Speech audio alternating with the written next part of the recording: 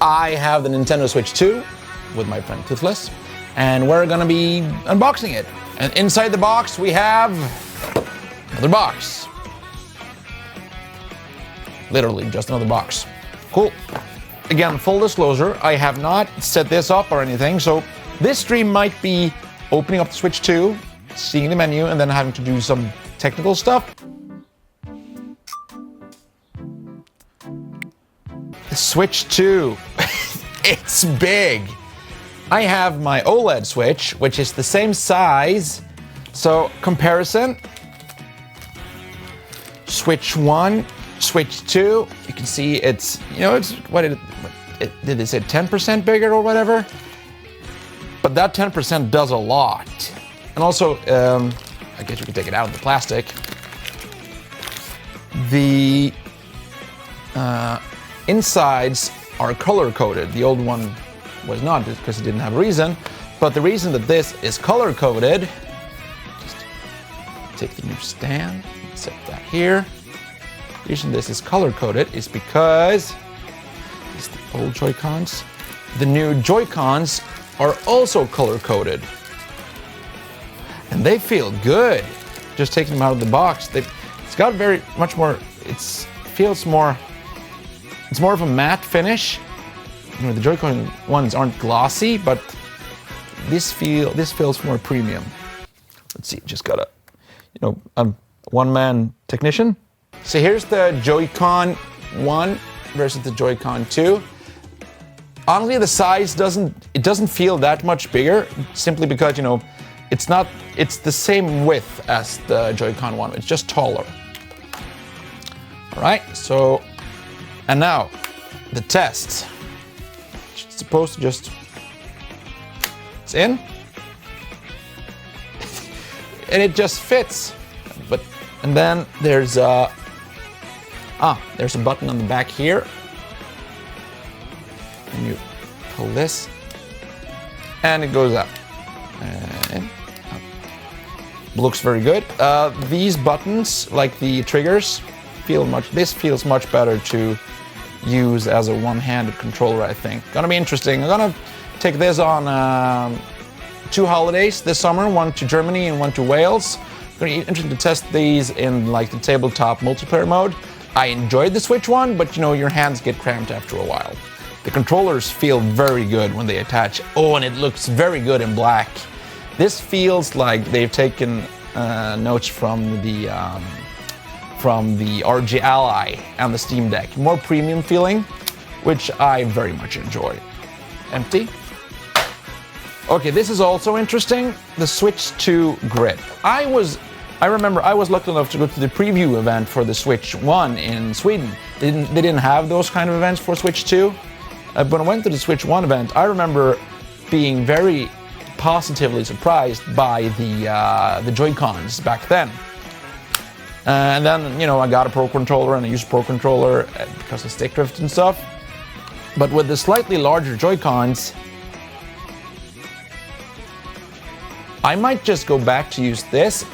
The grip feels good. Surprisingly, it's not a sharp edge, but it's an edge where the old one was smooth. But it does feel good. And again, it's the magnet stuff, so it sticks on. It can stand up like the old one. Not that has any practical purpose, but it's nice to display. Oh yeah, we also got the Joy-Con, not the grips, but like the wristbands. Is that what you call it? Wristband for the Switch 1. No, Joy-Con 2s. Joy-Con 2, is that the name? And they have these like more slippery feels here, so for the mouse mode. Not gonna try the mouse mode right now, but again, it looks good. How do you get it off? Okay, An interesting thing is with the extra like these for the Switch 1, they added bigger buttons, but this is just a hole in the middle, so you use the already existing buttons. Curious how that's gonna feel, but they look good. And yeah, they're also color-coded. Kind of curious, since I lost the Joy-Con. Oh, it's already on there.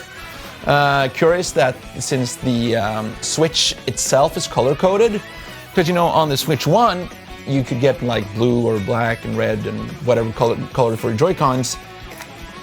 But, you know, the inside of the Switch would be black. I wonder, it's not going to be an issue because it's on the inside of the Switch, but it's an interesting choice to have color-coded when we expect that you will be able to buy your own colors, which means that your Switch will not match itself. Okay, ooh, this is actually interesting. The power brick is how... Hello? How powerful are you, little guy? No, it's powerful.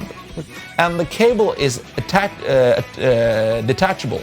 The old one, so I have someone, is like, the older one is bigger and it doesn't come off.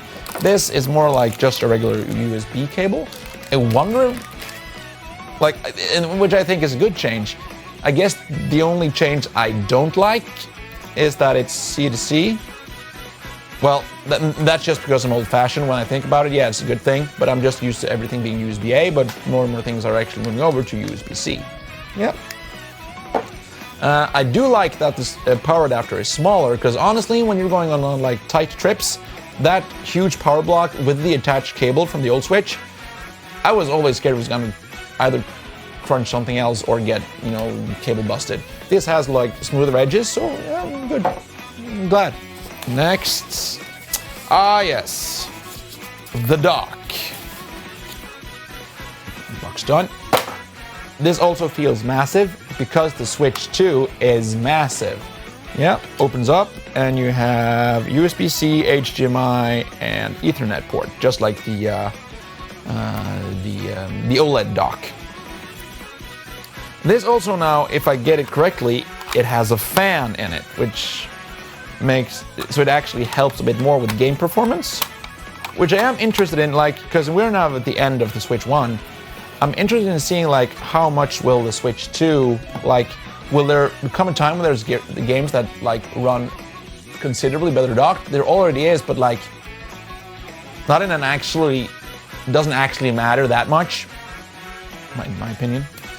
No, the HDMI is there, and this is important because we've now firmly entered the era where what kind of HDMI cable you have actually matter, because this, you know, does 1080, no, it does 4K HDR, but not all cables can do that actually.